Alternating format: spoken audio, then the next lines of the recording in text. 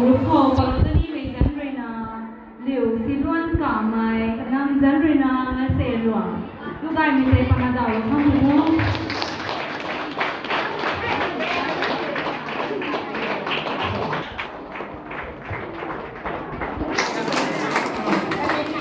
Jadi dalam mình phải có quay kata tuần cô đã để lúc nào phải na sẽ ngon của mình quay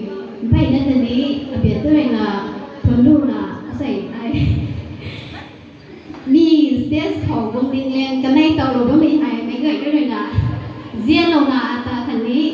cái đi lâu nó xuống tôi nó thằng là ai là phải na danh đại là phải na tuần cô thế không nào ai rồi là tao số lâu tới đi về là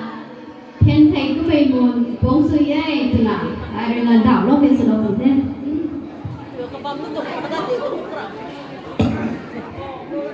thiên cai vội môn quang dối tiếng ai cô